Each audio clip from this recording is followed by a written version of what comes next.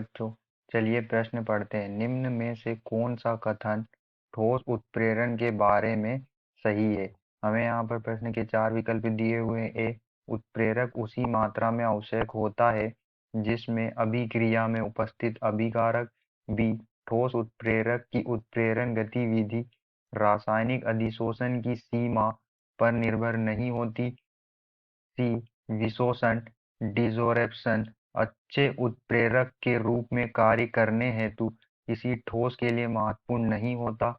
D, समान अभिकारक विभिन्न उत्प्रेरकों का प्रयोग करते हुए विभिन्न उत्पाद प्रदान कर सकते हैं। चलिए अब हम प्रश्न की मुख्य अवधारणा देख लेते हैं। तो यहाँ पर हमारे प्रश्न की मुख्य अवधारणा क्या होगी? ठोस उत्प्रेरण में ठोस उत्प्रेरण में क्या होता है? जो ठोस उत्प्रेरक होते हैं या उत्प्रेरण में हम किसी भी रासायनिक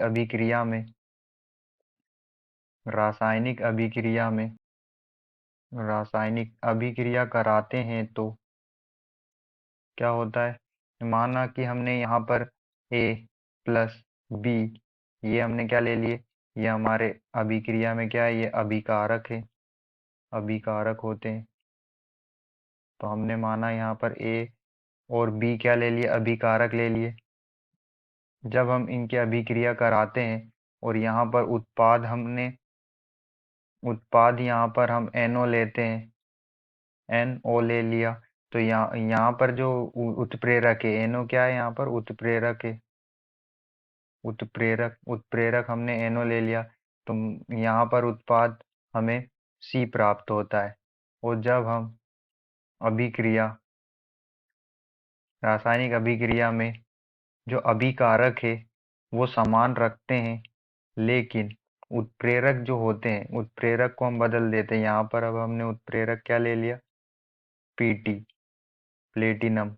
अगर हम उत्प्रेरक को बदल देते हैं तो जो हमारा उत्पाद होता है वो भी बदल जाता है। तो यहाँ पर हम देख सकते हैं कि जो हमने पहली अभिक्रिया थी, रासायनिक अभिक्रिया, उसमें अभिकारक A और B लिए और उत्प्रेरक NO लिया, तो हमें जो उत्पाद के रूप में क्या प्राप्त हुआ? हमें उत्पाद के रूप में यहाँ C प्राप्त हुआ, ये हमारा उत्पाद होगा। और जब हमने अभिक्रिया दूसरी अभिक्रिया करवाई, दूसरी रासायनिक अभिक्रिया, तो उसमें जो हमने अभिकारक समान लिए, जो हमने अभिकारक पहली रासायनिक अभिक्रिया में लिए थे वही अभिकारक हमने दूसरी अभिक्रिया में लिए, लेकिन हमने यहाँ पर जो उत्प्रेरक को बदल दिया। उत्प्रेरक क्या लिया यहाँ पर? पहली अभिक्रिया में NO लिया, यहाँ पर क्या लिया? PT, प्लेटिनम लिया। तो हम यहाँ पर देख सकते हैं कि जो हमें उत्पाद है वो भी क्या मिला? अलग मिला। उत्पाद हमें यहाँ पर क्या प्राप्त हुआ? D प्राप्त हुआ।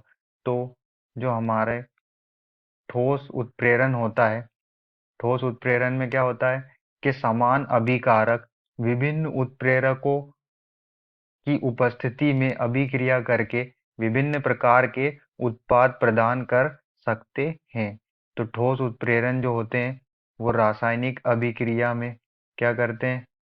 समान अभिकारक समान अभिकारक जो होते हैं वो विभिन्न विभिन्न प्रकार के उत्प्रेरकों से अभिक्रिया कर क्या देते हैं? विभिन्न प्रकार के उत्पाद जो है प्रदान करते हैं।